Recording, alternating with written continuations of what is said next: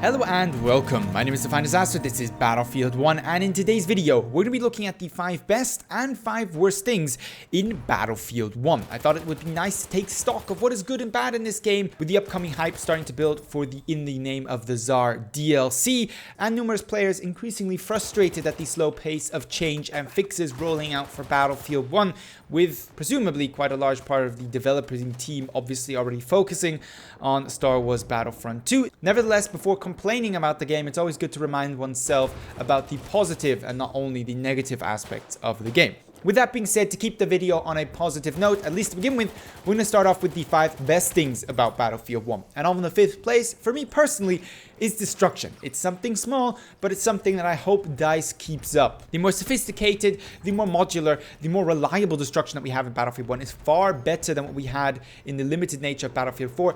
Yes, it can lead to imbalances in the map, and yes, because of the relatively poor balance in general in Battlefield 1, it leads to even more open maps, but destruction on its own is done very well. You can destroy pretty much everything. There's few exceptions to it really, and it's a great way of dealing with campers when they're camping up on buildings, for example, blowing out the floor beneath them. It provides a great deal of fun, a great deal of realism, and a great deal of immersion. The 4th best thing about Battlefield for me personally is a little bit something more complex than just destruction. It's actually vehicle variety and vehicle combat. Now, there's some clear flaws with vehicle combat, but when I say vehicle variety in combat, what I really mean is, compared to past Battlefield games, there's so many more options, so many more varieties of tanks, of planes in Battlefield 1. There's a whole plethora of choices available to the pilot or individual tanker, and depending on the map, the strategy, his strengths and weaknesses, or what he wants to do with the vehicle, he will make different choices. And this variety, as well as the relative ease of access, that's to say for players who have not dabbled with tanking or flying yet, it's relatively easy to hop in and to understand at least the base mechanics. I think this is a massive improvement over the past Battlefield franchise. On number 3 for me personally is once more something more small, but something probably most of you infantry players out there will appreciate just as much as me, and that is the movement system. Now, I'm not talking about AD spam, that's actually on a different list, and we'll talk about that a little bit later, but generally movement being slightly snappier, slightly quicker, being able to vault over most things in the game, having much more freedom and quicker responsiveness of the soldier. You don't feel so sluggish in Battlefield 1 as you do in Battlefield 4. For a matter of fact, if you don't believe me, I suggest you go back, play a couple of rounds of Battlefield 4 and tell me you don't feel sluggish. Especially annoying for me is things like throwing out med packs or ammunition. For me in Battlefield 4, I feel like I'm watching my soldier deliberate over whether he's actually going to take out that health pack when I tell him to, whereas in Battlefield 1 it just happens. For a matter of fact, it even snaps on to friendly players around me if I look at them. These kind of small comfort of life improvements do make a significant difference to my enjoyment of Battlefield 1's infantry combat. There's other problems that may prohibit or reduce that enjoyment. However, that aspect certainly is a massive improvement over previous Battlefield games. Namely, of course, I'm thinking here about Battlefield 4. The second best thing when it comes to Battlefield 1, when it comes to the improvements Battlefield 1 made to the Battlefield franchise, in my opinion, is the level of depth and interesting weapon design. Now, weapon design can be seen both positive and negative in Battlefield 1, and there is some clear negative traits to what has been done. But what I really like about Battlefield 1's weapon design is that we have so many unique weapons, so many interesting weapons, and that weapons increasingly are becoming a little bit more complex in how they are made, how they are balanced, what they have to offer. Take these scout rifles, for example. Instead of just being basically 12 of the same rifle again and again with slight variations in magazine size, slight variations in muzzle velocity. In the case of Battlefield 1, we've not only got huge differences in muzzle velocities and magazine size, we've got something like the Martini Henry, we've got the sweet spot mechanic, hate it for all you will, call it OP. It nevertheless makes the scout weapons a lot more interesting.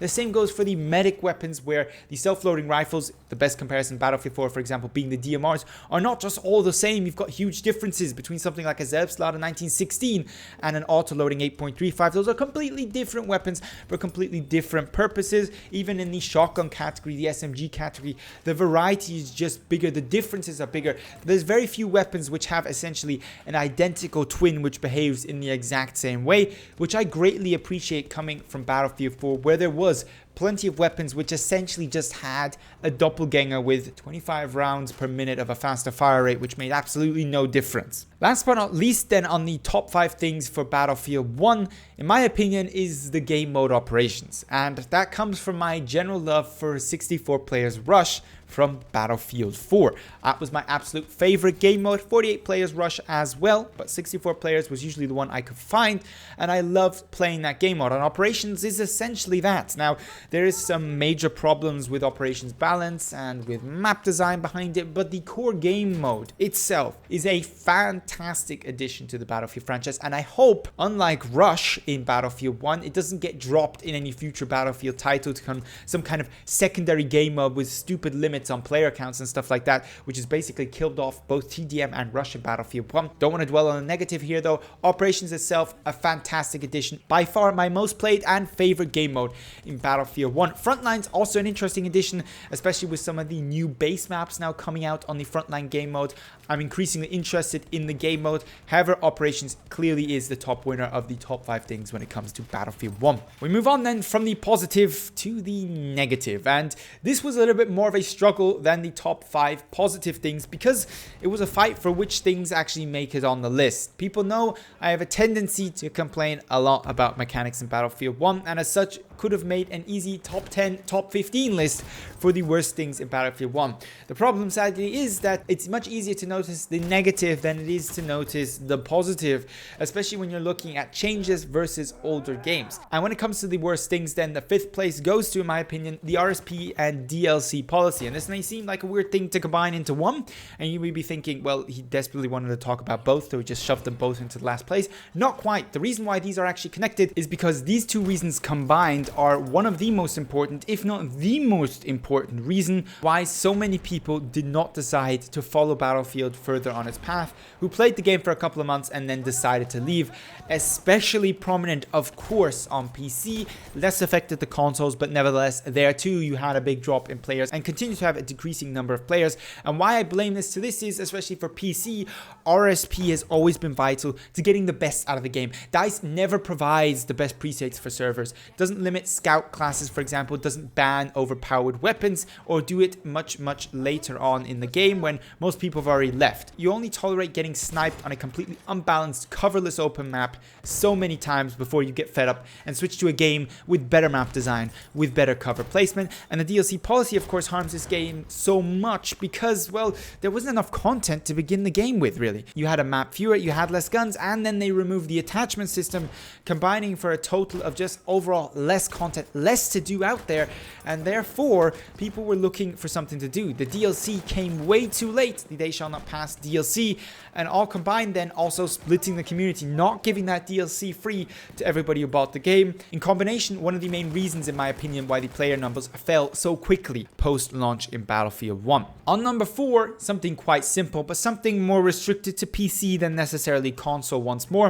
AD Autistico M1918 spam, as one of my viewers recently put it on my Automatico weapon review that I recently did. It's simply true. Close quarter combat on PC is broken. The Automatico spray and pray and just wait to eventually get the kill because you're not going to get hit with most weapons in the game is just absolutely awful. It basically negates both the shotguns and also a majority of the close quarter focused self-loading rifles of the medic to a secondary level. They're not anywhere close to as good as the Automatico in close quarter. Actually, most SMGs can pull off the stupid AD spam. The Automatico just is so overpowered in its fire rate that it gets even worse. It makes a lot of these weapons very unreliable to use because reliably hitting somebody who's AD spamming with a shotgun is very difficult, especially when they have such a good time to kill on you with something like the Automatico. For me, it's one of the main reasons why close quarter combat in Battlefield 1 is nowhere close to as enjoyable as it is in Battlefield 4, sadly. The third worst thing about Battlefield 1 then for me is explosive spam and indirect fire weapons. And I know grenade spam has been addressed, it's still bad, but it's at least better than it was. How many months did it take them to address something so simple? Nobody knows.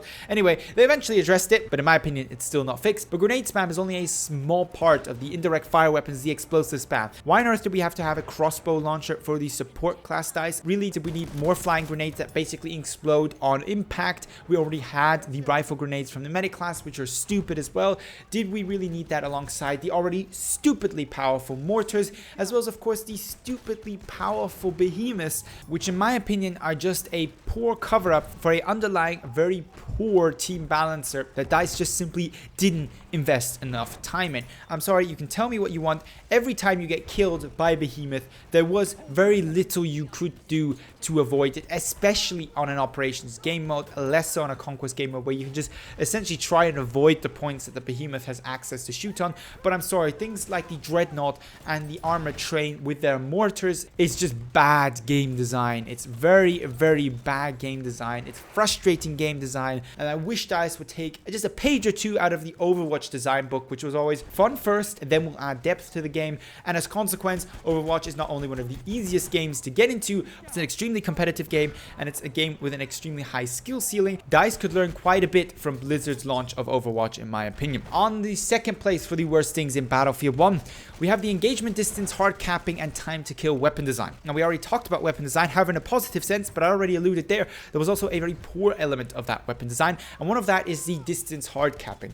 I understand that, you know, certain weapons should be better than others at certain ranges, and I have no problem with that. For a matter of fact, I wouldn't necessarily even be opposed to the way they've designed their weapons if it weren't for the map design and scout class. Essentially, up until 50, depending on the weapon, maybe 75 meters, you have a relatively decently balanced assault, medic, and support class balance, engagement distance balance, depending on the weapon. And then you've just got the scout class, which just rules 95% of the map because 95% of the map is absolutely open. And they're the only weapon category in Battlefield 1 that actually got a buff and not a nerf versus Battlefield 4. No surprise, they're absolutely cancer on most maps, but we'll talk about that a little bit more. That engagement distance hard capping didn't work in my opinion because the map design doesn't facilitate enough cover to move up on these scouts, so they're just by far the most powerful class in the game, the easiest to get a good kill streak on, the easiest to just pad your KD with, just as easy in my opinion as it is to do with vehicles.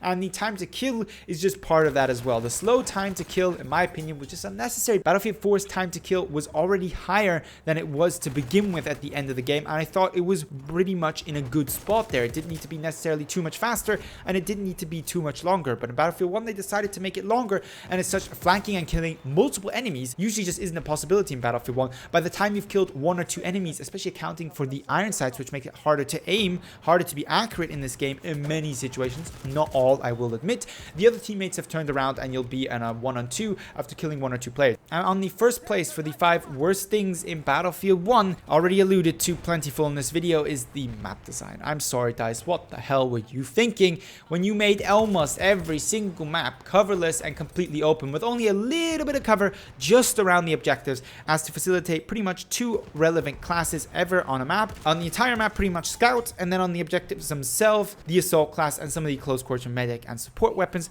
What happened to the good old medium range combat, the most enjoyable combat where most classes could be effective in their own way, just needed a bit of skill to, you know, scratch out the kill here and there with a weapon that was maybe more close quarter orientated or a weapon that was more long range orientated. You just absolutely killed that with your open map design. It's one of the reasons why I enjoy Prise de Tailleur. I apologize for my French butchering there. It's the only map in my opinion currently in Battlefield 1, maybe along Argonne Forest, which offers proper infantry combat that, while not always present in Battlefield 4 because you had some of that open realistic map design already there, which was cancer, that open poor coverless map design is one of the reasons why you have this ridiculous scout power in Battlefield 1. It's one of the reasons why you have this frustration with camping tanks, camping artillery trucks, which just sit back on a game of operations. It's the cause for a lot of frustration in the game, and really I just don't understand why DICE didn't see that looking at the maps after they designed. I mean, you look down on the map and you're like, okay, there's basically no cover, there's too many open spaces, it's dead obvious. Now, a couple of honorable mentions. We have the attachment system, or the lack of the attachment system, dice, please. Why? Balancing, I mean, team balancing when it comes to a game of Conquest or Operations usually is completely fucked. Lack of server browser for Operations. Dice, you're killing the DLC Operations. Nobody can get onto them, especially on PC. Spawn system, please, dice, finally. Nerfed, but still annoying bayonet charge, of course. And persistent party and end of round bugs. Every patch seems to introduce new problems, at least in my personal experience. As of now, currently, I've also got lag problems with Battlefield 1. So I don't know, every 1 or 2 minutes, the game will just stutter. You will slowly start to see it in some of my gameplay as well, because it's getting recorded by Shadowplay as well. I don't know what's causing, but I've got friends playing Battlefield 1, and they have the exact same problems. And therefore, I assume that it's not a fault of my system as of now. But with that out of the way, I'd love to hear your opinion on this video. What are your 5 favorite and 5 most frustrating things about Battlefield 1? Let me know down below in the comments, or hit me up with them on Twitter. Of course, if you enjoyed this video, don't forget to give it a like. And with all that being said, I'd like to thank you very much for watching, and hope to see you in the next Battlefield 1 video.